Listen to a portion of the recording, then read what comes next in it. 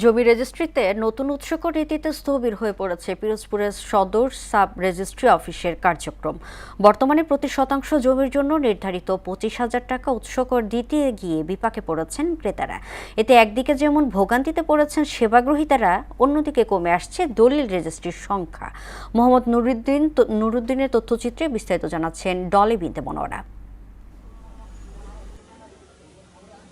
অতিরিক্ত উচ্চ কর নীতির কারণে পিরোজপুরে ভোগান্তিতে পড়েছেন জমি ক্রেতা বিক্রেতারা।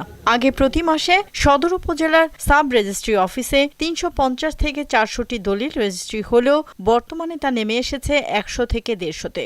নতুন নিয়ম অনুযায়ী সদর পৌরসভায় প্রতি শতাংশ জমির জন্য 25,000 টাকা, উপজেলা পৌরসভায় 10,000 টাকা এবং ইউনিয়ন এলাকায় প্রতি শতাংশে 500 টাকা উচ্চ কর নির্ধারণ করা হয়েছে।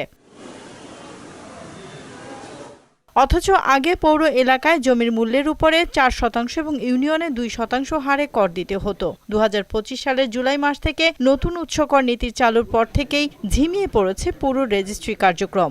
সরকার 25,000 উৎসকর বাড়াইয়া আমরা খুব বিপদে পড়ছি। আমাদের জায়গা বেচতে পারি না, কেউ ক্রেতা নাই, কিনে না, কেউ জিগায়ও না। ভ্যালুতে বা যে উৎসকর দিতে হয় তাতে অনেকেই বলে যে এতে জায়গার দামের চাইতে বেশি হয়। এই জন্য দলিল মানে শতকরা হয়তো 10খান দলিল হয় না। যে জায়গা কিনবে, যার অল্প টাকা আছে সে অল্প টাকাতে জায়গা কিনতে পারতেছে না, উৎসকরই বেশি নিয়ে যাইতেছে। এইতে উৎসকরটা ধার্য করছে, এ থেকে আমরা খুব ক্ষতিগ্রস্ত হচ্ছি। গ্রাহকরা যে জমি কিনে ওদের ক্রয়ের আগ্রহতা হারাইছে, এবং 2 নম্বরে দলিল লেখকরা যে আজকে 2 বছর যাবত ওরা বসেই থাকে। আপনার বিক্রয় মূল্য হতে পারে সর্বোচ্চ 40,000, কিন্তু সেখানে যদি প্রতি শতাংশে 25,000 টাকা পৌরকর হিসেবে ধরা হয়, সেখানে তার দলিল করা সম্ভব না।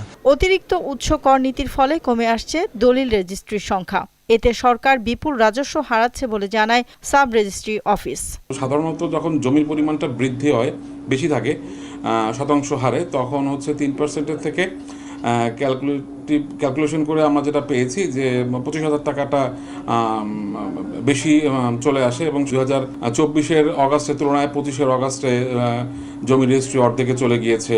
রেভিনিউ তো কম আহরিত হবেই, রেজিস্ট্রেশন না হলে তো পুরোটাই আঘাতপ্রাপ্ত হচ্ছে। সাধারণ মানুষের দুর্ভোগ বিবেচনায় নতুন নিয়মের পুনর্বিবেচনায় সরকারের প্রতি আহ্বান জানান সংশ্লিষ্টরা। ডলি বিনতে মনোয়ারা, মোহনা সংবাদ।